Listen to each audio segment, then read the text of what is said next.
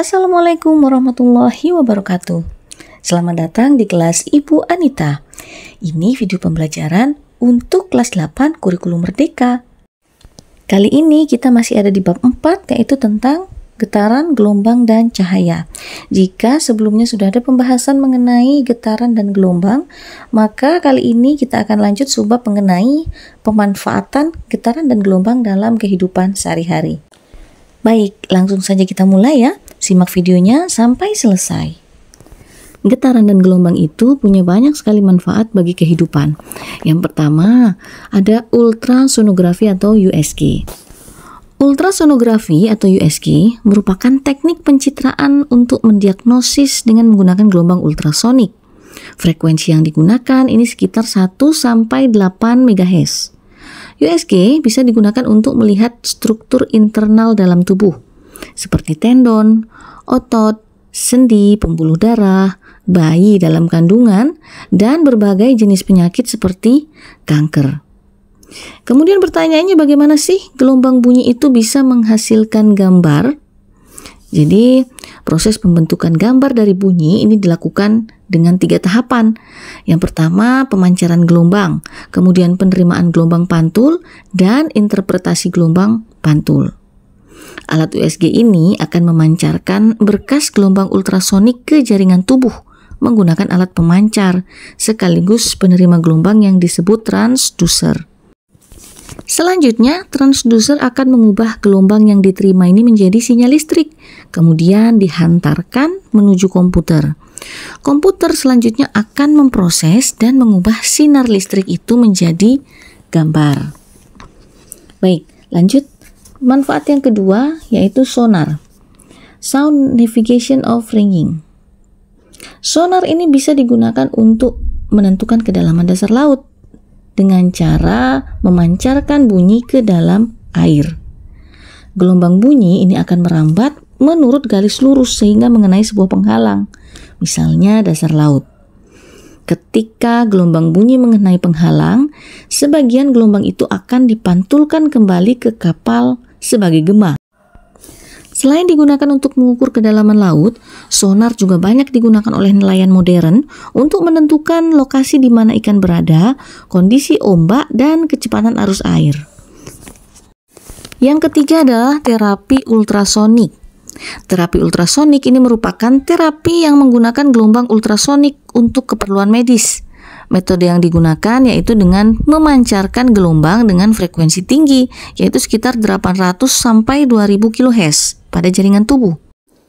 Beberapa bentuk terapi ultrasonik ini misalnya terapi fisik yang biasa digunakan untuk menangani keseleo pada ligamen, keseleo pada otot, tendonsitis, inflamasi sendi, dan juga osteoartritis.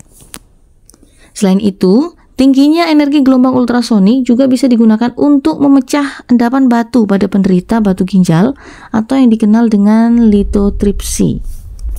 Gelombang ultrasonik juga bisa digunakan untuk membersihkan gigi dan penanganan penyakit katarak.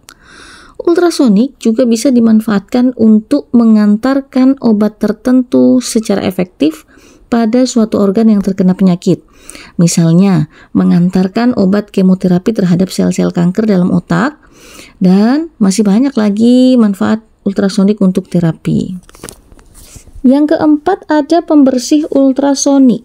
Pembersih ultrasonik ini merupakan alat yang menggunakan gelombang ultrasonik dengan frekuensi antara 20 sampai 400 kHz dan tentunya cairan pembersih tertentu untuk membersihkan suatu benda.